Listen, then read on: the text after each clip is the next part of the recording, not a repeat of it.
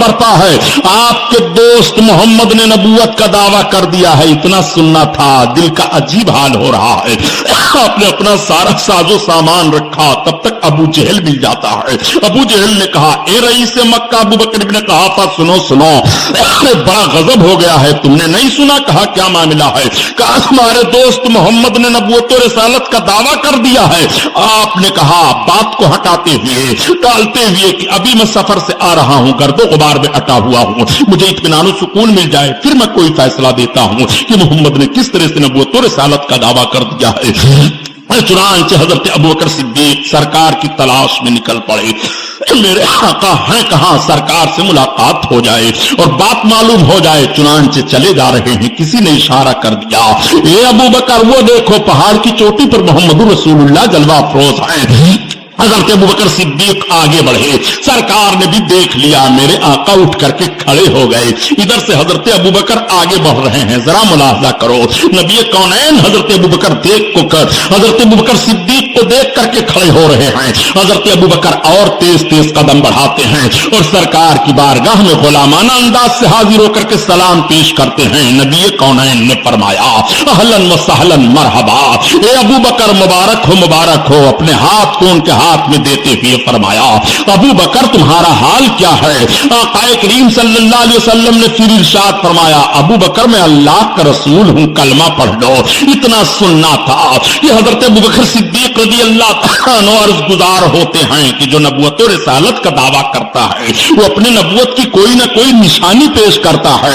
اتنا سننا تھا کہ آقا ارشاد فرما رہے ہیں, اے ابو بکر کیا میری نبوت کے لیے تمہیں راستے میں گرجا گھر میں جو راہب نے بشارت دی وہ کافی نہیں ہے؟ اتنا سننا تھا. حضرت ابوبکر عرض کرتے ہیں, میں جان گیا بس تیری پہچان یہی ہے, اور کلمہ طیبہ پڑھ کر کے اسلام میں داخلہ لے لیتے ہیں. میں نجد کی بدماش اولادوں سے سوال کر رہا ہوں جو نبی کونین کے علم غیب پر اعتراض کر رہے ہیں. سب سے پہلی عظیم شخصیت حضرت ابوبکر صدیق کی ہے. ان کے اندر کلمہ پڑھنے کی تحریک اگر پیدا ہوئی ہے تو علم غیب رسول صلی اللہ تعالی علیہ وسلم سے. حضرت ابوبکر نے جب عرض کیا تھا کہ نبوت کی نشانی کیا ہے تو نبی کونین فرما رہے ہیں کہ راہب نے جو تمہیں راستے میں بشارت دی ہے میری نبوت کے لیے کیا کافی نہیں ہے؟ بتاؤ یہاں حضرت جبریل کہاں آئے تھے؟ یہاں حضرت جبریل وہی لے کر کے کہاں آئے ہیں؟ نادان نبی کی خصوصیت ہے علم غیب کا جاننا. اللہ کی عطا سے نبی کونین صلی اللہ تعالی علیہ وسلم کے لیے ساری چیزیں عیاں کر دی گئی ہیں. نبی سب دیکھ رہے ہیں, نبی خلوت میں ہو تو دیکھ رہے ہیں, نبی جلوت میں ہو تو دیکھ رہے ہیں. اسی لیے نبی ارشاد فرماتے ہیں کہ میں ایسے آگے دیکھ رہا ہوں, پیچھے بھی اسی طرح سے دیکھ رہا ہوں. جس طرح سے میں آگے ملاحظہ کر رہا ہوں اسی طرح سے پیچھے دیکھ رہا ہوں. اور اعلیٰ حضرت عظیم البرکت نے تو بڑا عظیم فیصلہ دے دیا کہ اور کوئی غیب کیا تم سے نہا ہو بھلا, جب نہ خدا ہی چھپا تم پہ کرو درود. اللہ اللہ. اب آپ ذرا اندازہ لگائیں اور دیکھیں نبی کونین صلی اللہ تعالی علیہ وسلم کے علم غیب کو. نبی کے علم غیب کو انکار کر کے اسلام میں رہ جاؤ گے, اپنے اسلام کو برباد کر رہے ہو. نبی کونین صلی اللہ علیہ وسلم کے علم غیب کو انکار کر کے واقعات کی روشنی میں آؤں گا تو وقت بہت لگے گا. میرا عنوان دوسرا ہے. میں عرض کرنا یہ چاہتا ہوں, یہی حضرت ابوبکر صدیق رضی اللہ تعالیٰ عنہ جب اسلام میں آ گئے, آقا نے ارشاد فرمایا ابوبکر اسلام کی اشاعت و فروغ کے لیے کوشش کرو. حضرت ابوبکر کوشش فرمانے لگے. حضرت ابوبکر صدیق کو ایک روز کسی نے اطلاع دے دی, ارے ابوبکر ابن قحافہ وہ دیکھو تمہارے ساتھی سے حرم میں فلا فلا الجھے ہوئے ہیں, جھگڑا ہو رہا ہے. اتنا سننا تھا کہ حضرت ابوبکر صدیق رضی اللہ تعالیٰ عنہ آگے بڑھے اور بڑھ کر کے حرم شریف میں پہنچے تو جو لوگ سرکار سے الجھے ہوئے تھے ان سے آپ الجھ گئے, مار پیٹ شروع ہو گئی. حضرت ابوبکر صدیق کو کافی چوٹ آئی, زمین پر آپ آ گئے, بے ہوش ہو گئے. آپ کے خاندان والوں کو جب اطلاع ملی کہ فلاں فلاں لوگوں نے ابوبکر ابن قحافہ پر محمد سے محبت کرنے کی بنیاد پر مارا ہے تو خاندانی جوش ابھر آیا.